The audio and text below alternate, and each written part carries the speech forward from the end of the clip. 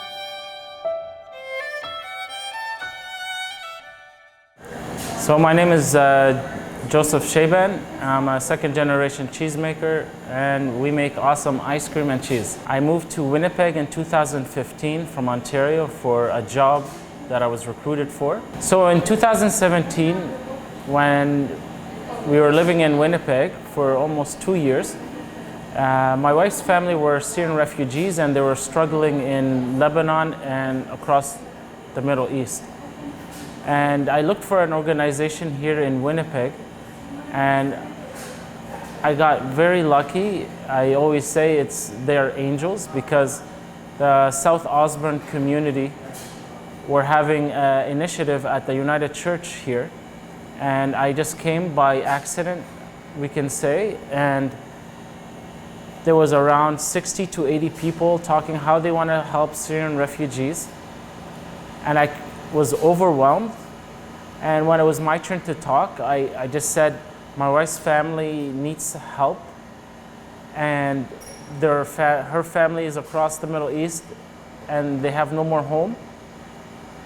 So the United Church and the South Osborne community, they said, okay, give us a week to decide what we want to do, because this was way out of the realm of what we were wanting to help, and they needed to raise money at the same time. So when we first opened in December of 2017, I decided to do customer service training to all of our staff, to our management. We actually prepared 3 months before we actually opened, and we wanted to get the proper processes and systems in place. And it was a challenge because we had to hire people and we started to train people. First, we introduced our ice cream to the local community here in South Osborne. I had pre-launches where we'll serve ice cream and practice with our local customers here. I think it was a great trade because we gave them free ice cream, and we got their feedback as well.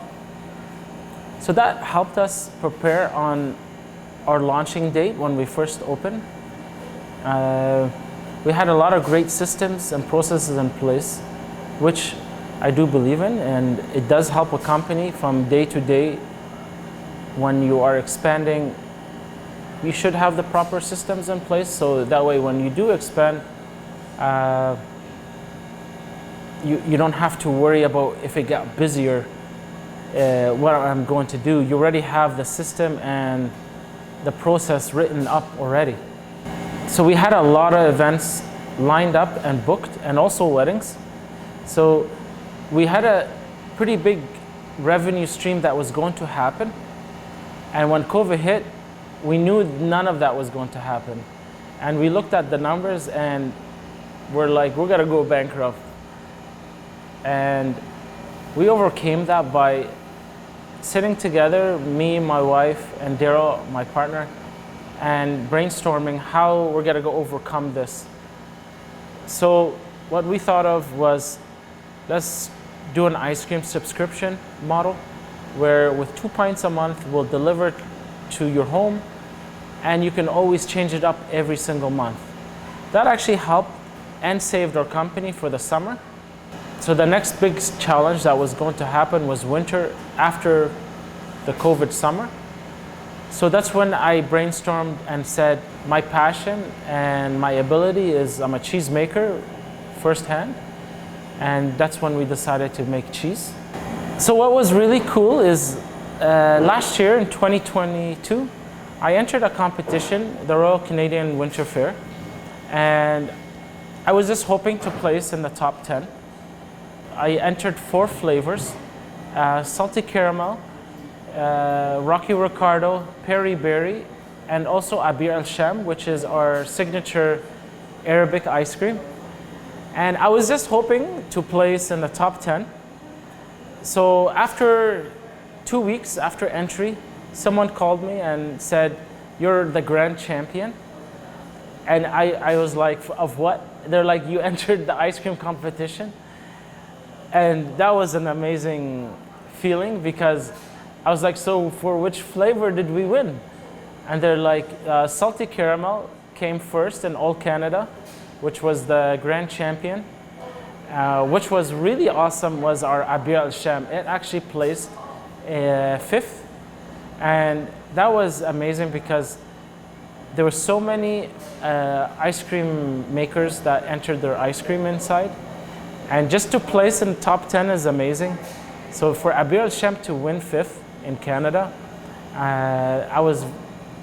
myself and my wife were very proud, and our company, because when we first opened Chaeban Ice Cream, we had to introduce an Arabic ice cream because it's part of our culture. And my wife is from Syria, so she wanted to bring something from back home and introduce it into Canadian culture. So what is Abir al-Sham? It is rose water, blossom water, pistachio, cashew, and ricotta, and sahlab. And it's just an amazing ice cream out of this world. You should definitely try it if you're ever here in Winnipeg.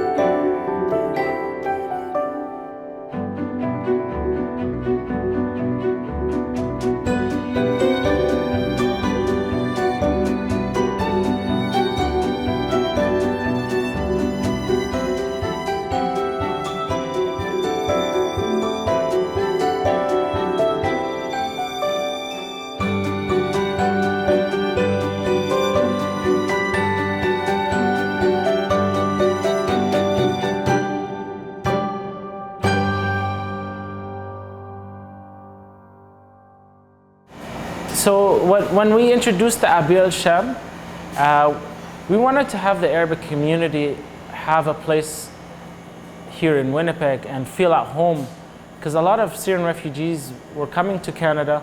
They didn't know anyone, and we wanted to make them feel like they were back home by introducing Abir al-Sham, our ice cream. So we met so many amazing people from Syria, from Lebanon, all over the Middle East.